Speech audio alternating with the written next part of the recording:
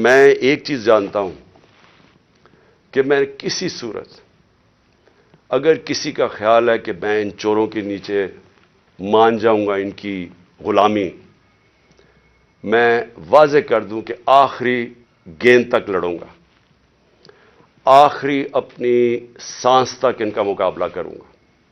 کوئی مجھے نہ جیل اور نہ یہ جو ڈراتے رہتے کوئی فکر نہیں ہے۔ اللہ نے ایمان دیا ہے، ایمان کی قوت دی ہے، اور سب سے بڑی قرآن کی آیت ہے کہ جو لوگ ایمان لے آئے اللہ ان کے خوف دور کر دیتا ہے، ان کو آزاد کر دیتا ہے۔ میں ایک آزاد انسان ہوں، میں کبھی غلامی کسی کی نہیں مانتا۔ میں لا الہ الا اللہ میرے دل میں ہے۔ میں نے اللہ کے سامنے دعویٰ کیا ہوا کہ اللہ تیرے سوا کوئی خدا نہیں ہے، کوئی خوف کے بت کی میں پوجا کرتا نہیں، اور نہ آپ کو کرنی چاہیے، کیونکہ میں ایک مثال دیتا ہوں ہمیشہ لوگوں کو، کیونکہ اسلام کی تاریخ آپ پڑھیں تو جو سب سے دردناک اور تکلیف دہ واقعہ وہ ایک ہی ہے، جس طرح حضرت امام حسین کی شہادت ہوئی۔ اور میں ہمیشہ یاد کراتا ہوں لوگوں کو کہ کوفہ کے لوگوں کو انہوں نے تو بلکہ دعوت دی تھی امام حسین کو، ان کو پتا تھا وہ رائے حق پہ ہے، ان کو پتا تھا کوفہ کے لوگوں کو، لیکن یزید کے خوف کے ظلم کے خوف کی وجہ سے انہوں نے اتنا بڑا سانیہ ہونے دیا اسلام میں۔ آپ بھی یہ خوف کا بت توڑ دیں، میری طرح آزاد ہو جائیں اور کسی صورت ان کو نہ قبول کریں۔ مجھے جو صرف ایک افسوس ہے کہ میں جب سیاست شروع کی تھی 26 سال پہلے، تو میں یہ سمجھتا تھا کہ دو طرح کے طبقے پاکستان میں ہیں۔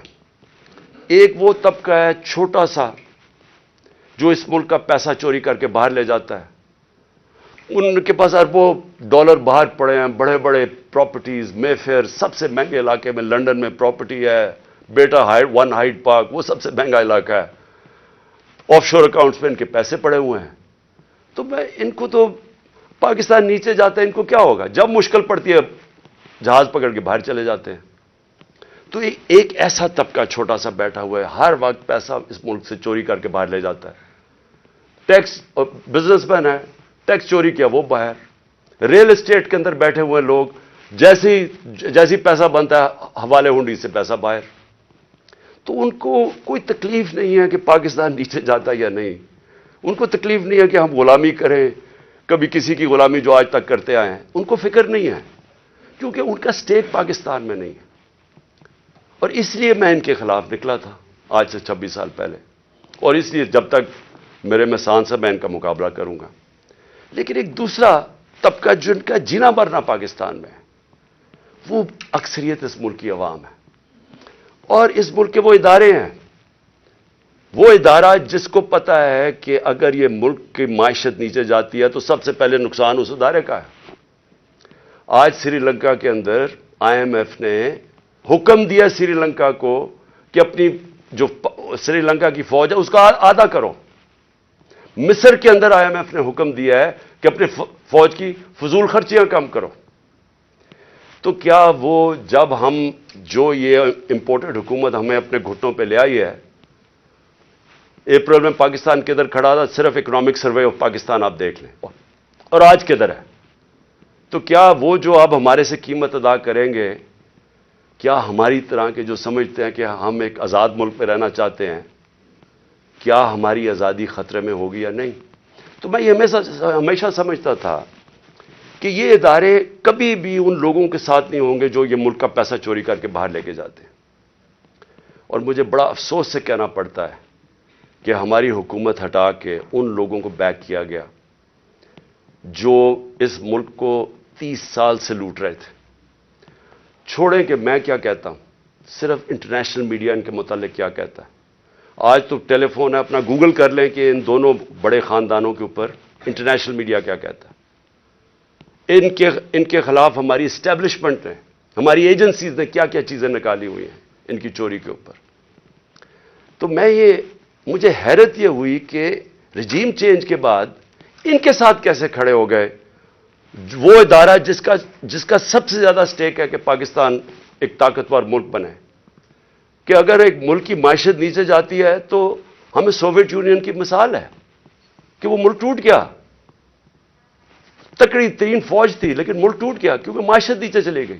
تو ان کے نیچے جو انہوں نے 30 سال سے یہ ملک سے کر رہے ہیں، مجھے ابھی تک نہیں سمجھ آ رہی کہ کیسے وہ ادارے ان کے ساتھ کھڑے ہو گئے. میں آخر میں اپنی ساری قوم کو کہنا چاہتا ہوں کہ اپنی تقدیر اپنے ہاتھ میں لیں. آپ کا مستقبل، آپ کے بچوں کا مستقبل آپ کے ہاتھ میں ہے. آپ یہ اگر ظلم نہ، آپ کے پاس اب 2 راستے آ گئے ہیں.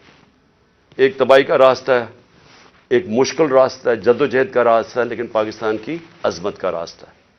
اور مجھے امید ہے کہ آپ صاحب صحیح فیصلہ کریں گے. اور پھر میں ذرا 2-3 اور چیزیں بتا دوں. جے آئی ٹی، اب جے آئی ٹی بنی تھی، میرے اوپر قاتلانہ حملہ ہوتا ہے. پہلے تو 16 دن کچھ ہوتا ہی نہیں ہے، نہ کوئی investigation. Police F I R کاٹ کے دیکھ دیتی کہ صرف ایک شوٹر تھا اور دینی انتہا پسند نے اٹیک کیا تھا. جو میں پہلے سے ہی سپٹمبر اور اکتوبر میں نے کہہ دیا تھا کہ میرے اوپر واردات ہونے والی ہے اور نام لیں گے دینی انتہا پسند کا. پوری کانسپریسی بنی ہوئی مجھے قتل کرنے کی. میں پہلے کہہ بیٹھا تھا، مجھے پتا بھی تھا اس کے پیچھے کون ہے، اور میں نے ان کے جیسے ہوا میں نے ان کے نام لیے. اپنی حکومت ہوتے ہوئے، پنجاب پولیس ہمارے نیچے ہوتے ہوئے میں اپنی ایف آئی آر نہیں کٹوا سکا. اور مجھے پتا ہے میں کیوں نہیں کٹوا سکا، کیونکہ دوسری طرف طاقتور لوگ تھے. اور ہماری ملک کی تاریخ ہے کہ جب طاقتور کا کمزور سے مقابلہ ہوتا ہے تو انصاف نہیں ہوتا. تو لیکن جو جے آئی ٹی کی رپورٹ ہے، یہ ذرا سننے والی چیزیں ہیں. اور پھر کیسے اس جے آئی ٹی کو آپ آتے ساتھ ہی حکومت نے پہلی چیز کی ہے، جے آئی ٹی بند کی ہے. یہ کس قانون کے تحت کی ہے؟ جے آئی ٹی تو پنجاب کی جے آئی ٹی تھی، فیڈرل گورنمنٹ تو جے آئی ٹی نہیں بنا سکتی. اور جے آئی ٹی کی فائنڈنگز، جو فائنڈنگز سامنے آئی ہیں، ذرا یہ سن لیں، اس کی وجہ سے یہ بند کی گئی ہے. میں ذرا آپ کو بتانا چاہتا ہوں ساری قوم کو کہ میرے اوپر جو حملہ ہوا تھا، جب انہوں نے ایف آئی آر کٹائی پولیس نے، میری نہیں کاٹی، انہوں نے کہا تھا ایک شوٹر ہے. ذرا آپ یہ سنیں، اب تک جے آئی ٹی نے جو عدالت میں جو رکھ چکی ہے، جو عدالت میں چیزیں رکھ چکی ہیں، وہ ذرا سنیں. سب سے پہلے انہوں نے یہ کہا، جو کہ ڈی پی او گجرات تھا غضنفر حسین،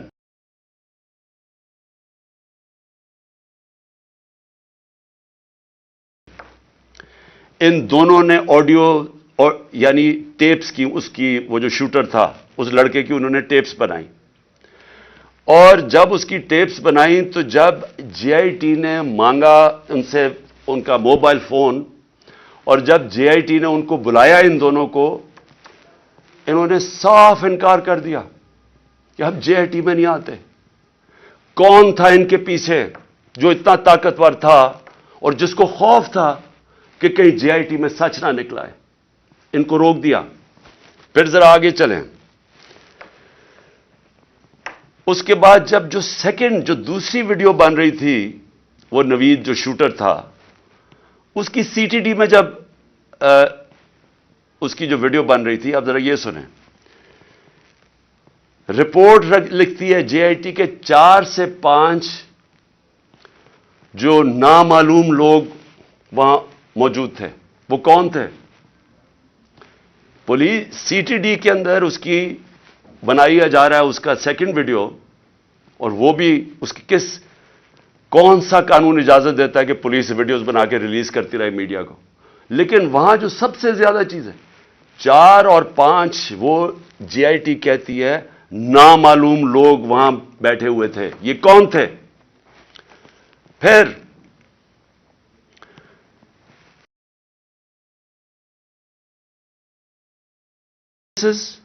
جو گواہ دیکھتے ہیں وہ شوٹر کو 3، ایک فورینزک کے ذریعے، اور ایک پھر فورینزک کے ذریعے یعنی کہ جو خول ملے تھے ان کی